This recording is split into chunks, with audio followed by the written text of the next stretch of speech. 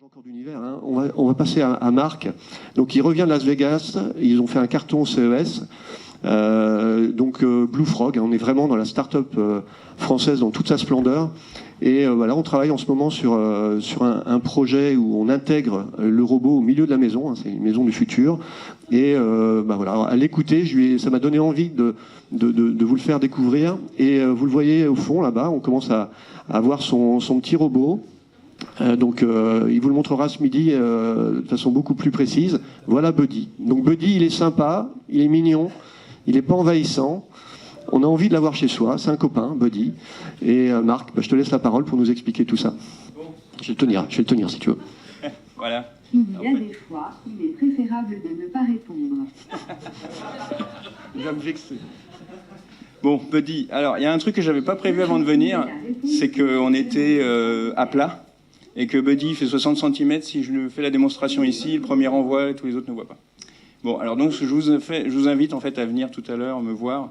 Je vais rester là un petit peu et puis je ferai une démonstration de Buddy. Il est là, je vais le calmer un peu parce qu'en fait il va vouloir toujours parler, etc. Et je vais vous expliquer ce qu'on peut faire avec Buddy. Alors déjà, je vais lui demander de se taire.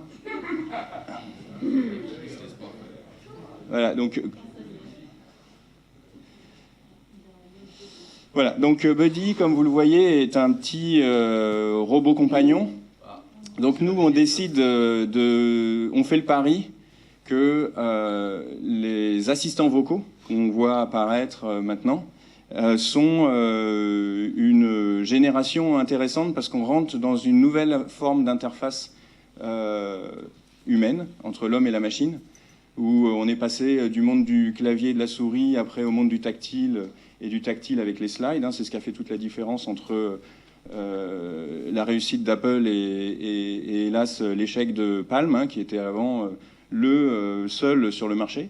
On commence à arriver maintenant avec des interfaces vocales. Celle qui représente le plus dans l'esprit l'interface vocale, c'est Siri, hein, parce que c'est les premiers qui ont inventé ça.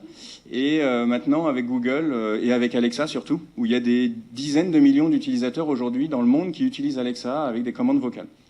Donc ça, c'est super, parce que les commandes vocales, c'est plus naturel et d'interfacer une machine avec l'homme. Il faut rentrer dans quelque chose qui nous semble être le plus naturel. Et je vais lui demander vraiment de se taire.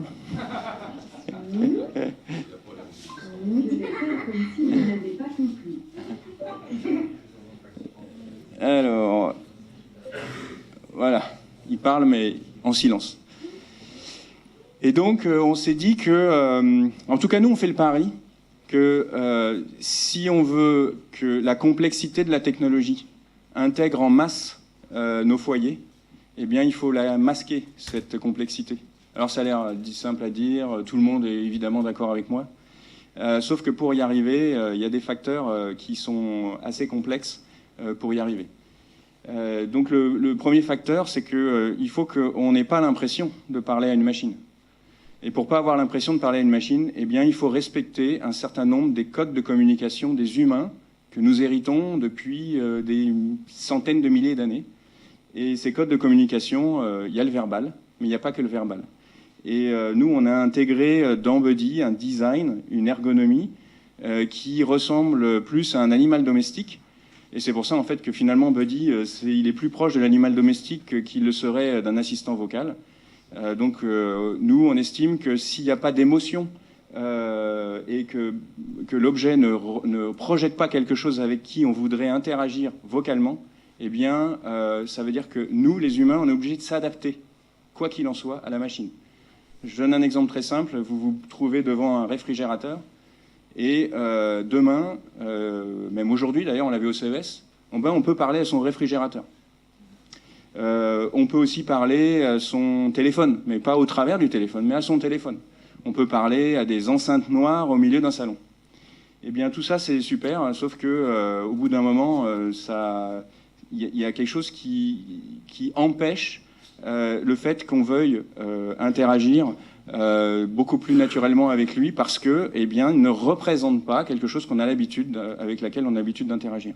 Donc ce qui est important, c'est que pour nous, Buddy, il faut qu'il émette déjà des émotions. Donc on simule le vivant. Hein, notre intelligence artificielle, elle est entre guillemets, hein, d'ailleurs, ne croyez pas tout ce que vous voyez, même au CES. Hein, l'intelligence artificielle est très très faible aujourd'hui, et elle le sera encore pendant des années, même s'il y a des gros progrès qui sont faits.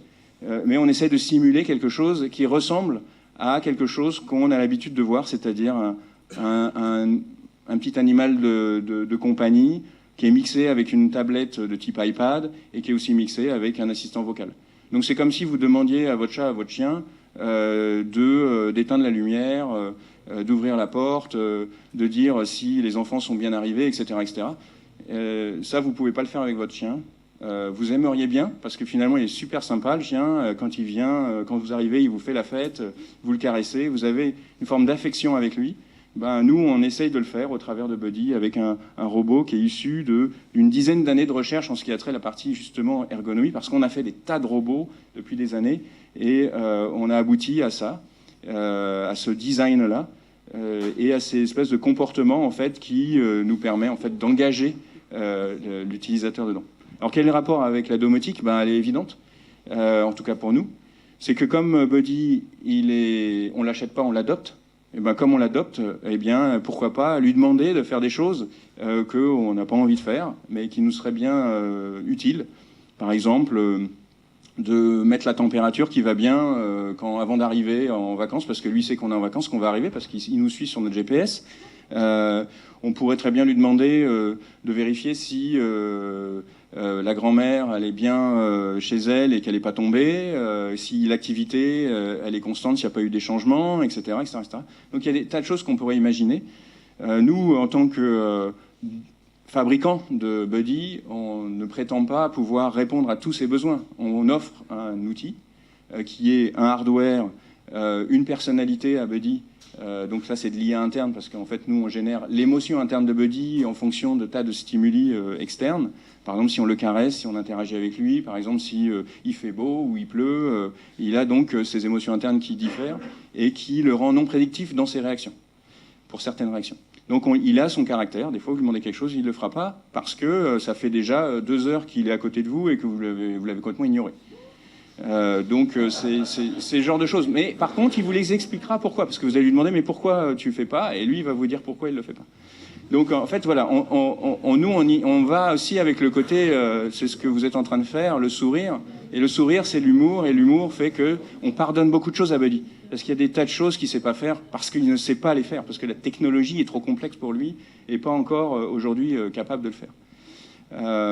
Et donc, au travers de la domotique, c'est pas à vous que j'apprends qu'il y a une forme de complexité importante et que si on veut que changer, en fait, une conduite de changement de l'usage de notre vie au quotidien dans notre foyer, eh bien, il faut que ce soit accompagné par un objet qui nous fait oublier justement que derrière, c'est très compliqué de faire tout ce qu'on aimerait bien pouvoir faire.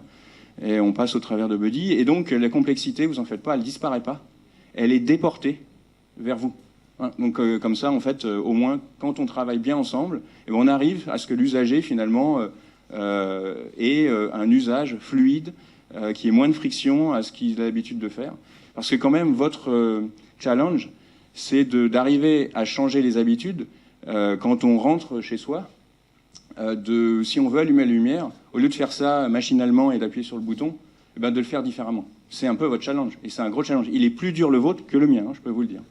Et donc nous, on estime qu'on va contribuer à faire ce changement-là au travers d'un robot compagnon qui nous suit au quotidien et qui nous permet de passer des bons moments et de faire oublier que la vie technologique est nécessaire, parce que c'est ce qui nous entoure tous les jours, mais qu'elle est quand même complexe à utiliser.